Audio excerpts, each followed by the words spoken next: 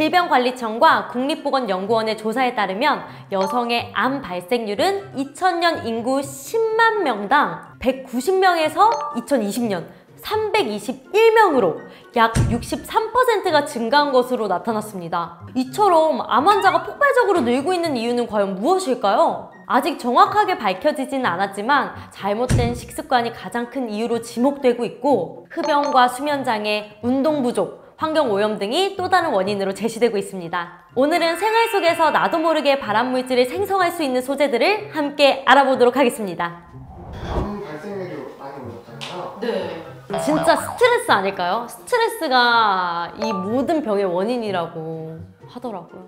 그럼 생활 속에서 좀 생성되는 발암물질이 플라스틱과 전자레인지가 만났을 때 항상 되게 찝찝한 것 같아요. 밥 같은 것도 다 플라스틱 용기에 소분해서 있는데 그거 막 전자레인지 돌릴 때마다 너무 찝찝해요. 지금 당장 냉장고를 열어보면 어느 집에나 다양한 반찬통이 냉장고 안에 차곡차곡 쌓여 있을 텐데요.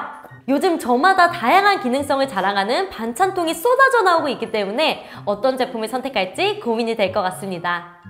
하지만 당연히 안전할 거라 믿고 구입한 반찬통이 알고 보니 발암물질을 만드는 소재였다면 어떨까요?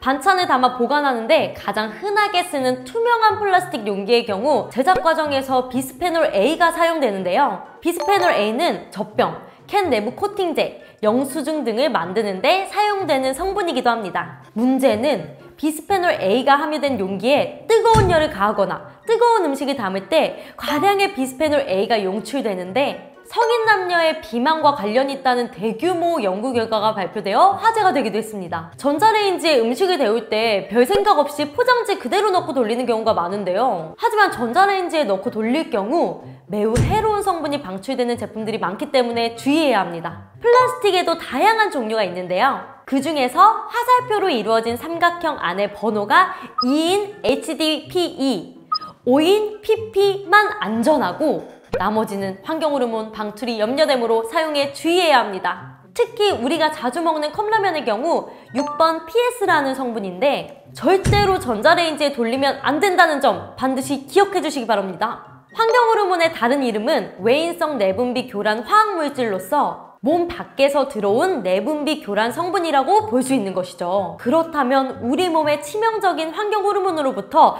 안전하기 위한 전자레인지 사용법은 무엇일까요? 먼저 데우기 전에 용기가 전자레인지에 안전한 용기인지 아닌지 반드시 확인해야 합니다. 또 밀폐된 용기를 사용할 때에는 반드시 수증기의 배출구를 확보하고 즉석 조리식품의 경우 전자레인지의 출력과 가열 시간 등 정확한 조리법을 지켜야 합니다.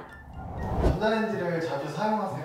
저는 자취할 때 1번으로 냉장고보다 1번으로 둔 게 전자레인지. 핫바 이런 거 좋아하거든요. 핫바 데우거나 그리고 그냥 밥 데우거나 생각보다 데울 게 되게 많더라고요. 제품 구매 시에 재질이나 성분 같은 걸 좀 따지고 구매하세요?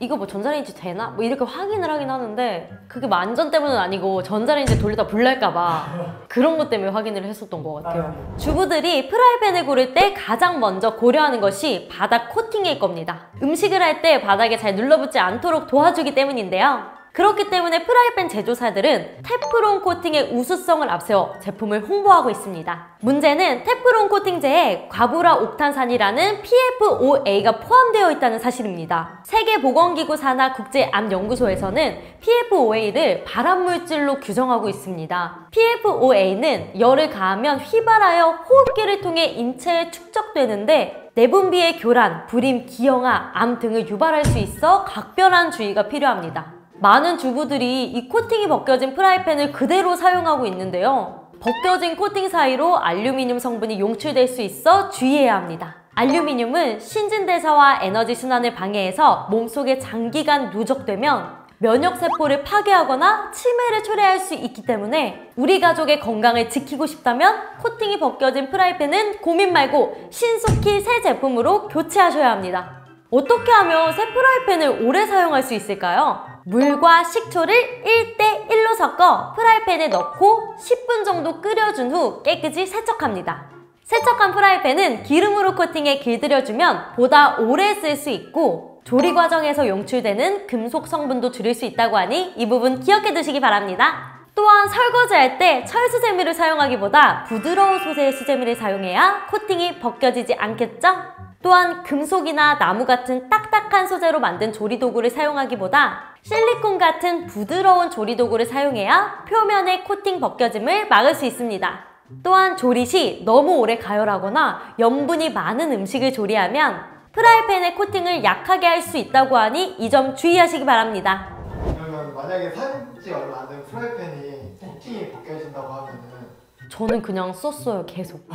왜냐면 그게 제가 또 관리를 못하고 좀 저렴한 거라서 되게 빨리 벗겨진 거예요. 그거로도 한 2달 뒤에 버렸던 것 같아요. 대부분의 가정집에서 사용하고 있는 알루미늄 호일. 요즘 인기인 냉동 삼겹살도 이 알루미늄 호일 위에 삼겹살을 올려 구워 먹는데요. 과연 안전할까요? 알루미늄이 체내에 쌓일 경우 치매와 같은 신경질환으로 발전될 가능성이 있어서 주의해야 합니다. 또 먹다 남은 반찬을 보관할 때 사용하는 비닐랩은 어떨까요? 비닐랩 역시 사용하긴 편리하지만 환경 호르몬이 나올 수 있어 주의가 필요합니다. 특히 기름진 음식이나 뜨거운 음식을 씌웠을 때 랩이 음식에 직접 닿지 않도록 하는 게 좋으며 과일과 채소같이 지방이 적은 식재료는 랩에 싸서 보관해도 안심할 수 있다고 하니 참고하시기 바랍니다. 또한 가정에서 사용하는 랩과 매장 등에서 사용하는 랩은 다르기 때문에 랩을 씌운 음식을 전자레인지에 데울 때 가능하면 음식에 랩이 직접 닿지 않도록 하는 게 좋겠죠? 알루미늄 호일이나 비닐랩을 좀 자주 쓰시는 편이세요? 혼자 있으면 뭐 먹다가 남는 경우가 되게 많기 때문에 랩을 되게 많이 사용하는데 그것도 환경 호르몬이 있다 해서 좀 놀랬어요. 왜냐면 그 랩을 씌우고 전자레인지 돌린 경험이 진짜 많거든요.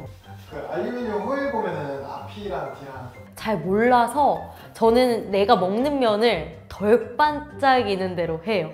근데 차이가 있을 것 같은데 잘 모르겠어요. 차이가 없대요. 아, 없어요?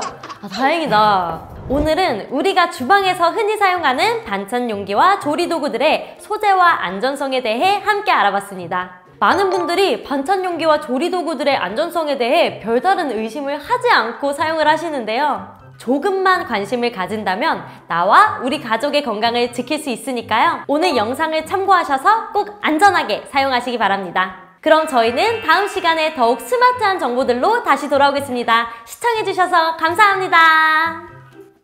구독, 좋아요, 알림 설정 부탁드립니다.